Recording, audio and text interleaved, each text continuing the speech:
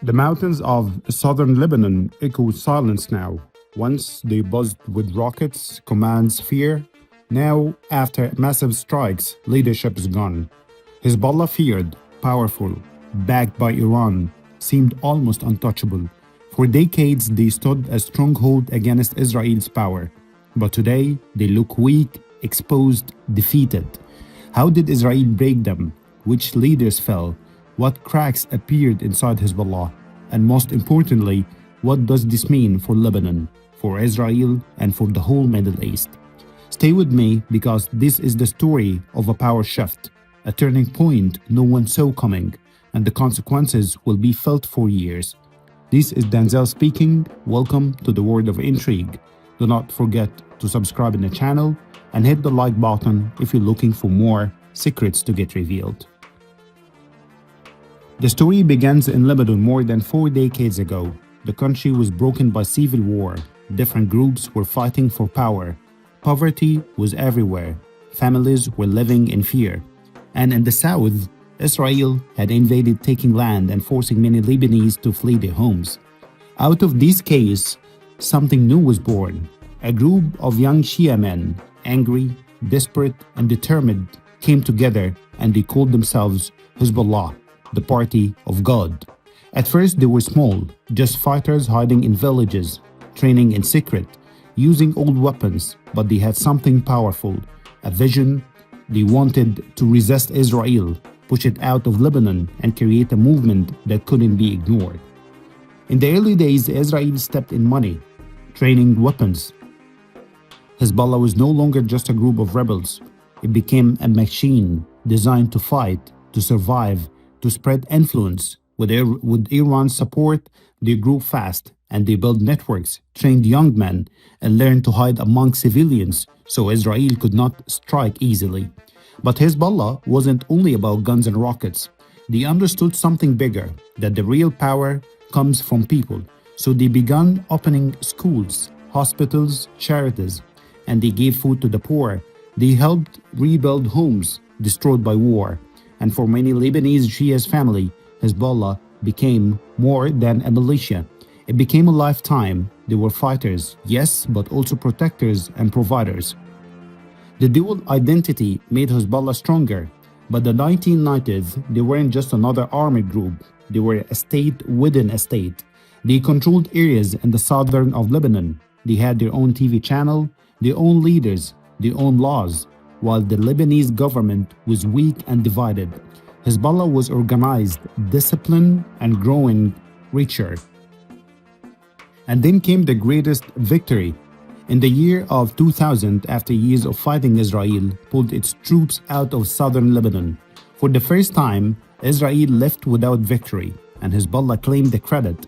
They declared themselves the only Arab force that had ever forced Israel to retreat.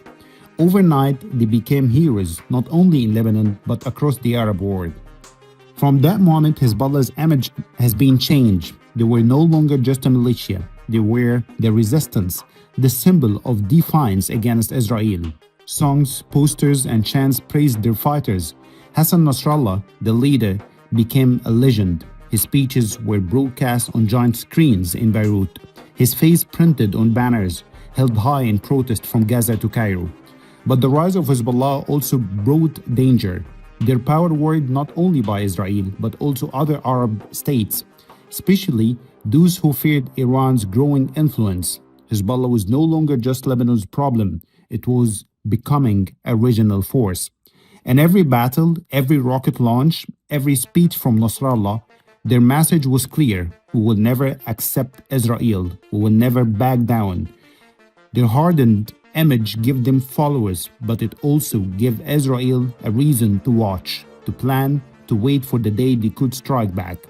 Hezbollah had risen from the ashes of war, built with Iran's money, Lebanon's suffering, and Israel's presence as the internal enemy. They were no longer small. They were a giant and giants, and in this part of the world, always draw fire. This was the birth of Hezbollah, the rise of a power that would one day shake the Middle East. But the higher they climbed, the harder the fall would be. For years, Israel watched, patient, silent, waiting. Hezbollah had grown too powerful, too confident. They hid their leaders to bunkers beneath Beirut's crowded neighborhoods, believing no one could touch them. But Israel was preparing for the moment to strike. The moment came in 2024. On an ordinary night in Beirut, the sky suddenly rolled. Dozens of Israeli warplanes crossed into Lebanese airspace. Within minutes, the Dahiya suburb, Hezbollah's stronghold, was lit up by fire. The ground shook as more than 80 precision bombs tore through the city. Buildings collapsed, roads cracked, civilians ran through the smoke. And deep beneath the rubble, Hezbollah's headquarters was destroyed. The world woke up to shocking news. Hassannasrallah, the legendary leader of Hezbollah, was dead. Alongside him, several of his most trusted commanders were gone too. Men who had shaped Hezbollah's strategy for decades had vanished in a single night. But Israel wasn't finished. Days later, they struck again, this time targeting Hassannasrallah, the man many believed would replace Nasrallah. He too was killed. In less than 2 weeks, Hezbollah lost its symbol, its voice, and its future leader. For Hezbollah fighters and supporters, it was like losing the ground under their feet. For Israel, it was the strike they had been waiting for, the chance to break the backbone of the party of God. The message was clear. Though bunker is safe, no leader untouchable. Israel had shattered the myth that Hezbollah's command could survive anything, and from that night on, the balance of power began to shift. When Nasrallah's voice was silenced, it wasn't just the loss of one man. For Hezbollah, it was like cutting off the head of a giant. For more than 30 years, Nasrallah had been the face of the movement. His speeches filled stadiums, his word inspired fighters, his presence gave people hope. When he spoke, supporters believed victory was possible. Without him, there was suddenly a silence that no one else could fill. But the losses went deeper than one leader. Israel's strikes also destroyed command centers, communication hubs, and intelligence networks. For years, Hezbollah had mastered the art of secret tunnels, hidden bunkers, and encrypted messages. Now, many of those systems were gone. Fighters on the ground were confused. Orders were delayed. Attacks became uncoordinated. The group also lost something harder to measure: its image. For decades, Hezbollah was seen untouchable, the only Arab force that could stand against Israel. Supporters across the Middle East called themselves the resistance, but with leaders dead and bunkers destroyed, that image cracked, and people began asking, if Israel could kill Nasrallah, what else could they do? And then there was the fear. Inside Hezbollah, younger commanders stepped forward to replace the old guard, but they were less experienced, less respected, and constantly worried they could be the next target. Every phone call, every movement, every meeting carried the risk of an Israeli drone watching from above. Hezbollah had lost its leaders, its communication, its image of strength, and with that, much of its confidence. It was still alive, yes, but weaker than it had ever been. And in the Middle East, weakness is such a dangerous thing. After the shock of losing Nasrallah and Safieddine, Hezbollah tried to show strength. On TV screens, their channels played songs of resistance. Fighters marched in funerals, raising flags high, promising revenge. New leaders appeared in public giving speeches to prove the group was still alive. But behind the cameras, the reality was different. Their replacement did not have Nasrallah's charisma. Their words did not carry the same fire. Fighters who once followed orders with pride now whispered doubt. Who's leading us, and can we trust them or not? On the battlefield, Hezbollah tried to launch rockets and show Israel that it wasn't finished, but Israeli surveillance was everywhere. Drones struck trucks before they moved. Safe houses were no longer safe, and every step felt exposed. Even among Lebanese civilians, cracks appeared. Many families were tired of war.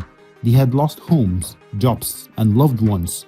Some began to ask if Hezbollah protecting us, or if they do protect us or not, or maybe they do drag us deeper into destruction.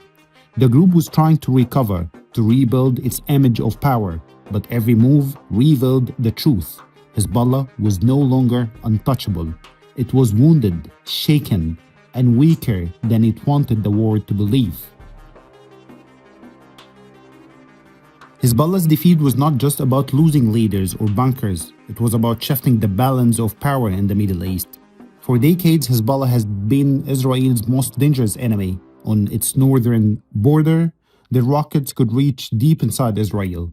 The fighters were trained for guerrilla war. Their image as the resistance gave them influence far beyond Lebanon. To many, they seemed unstoppable. But Israel's strike changed that picture. Suddenly, the giant looked small. By taking out Nasrallah and Safedin, Israel proved something Hezbollah never wanted to admit, that even the most protected leaders could fall. The message was clear: not even underground bunkers, not even years of secrecy could guarantee safety to anyone. This mattered not only to Hezbollah but to Lebanon as a whole.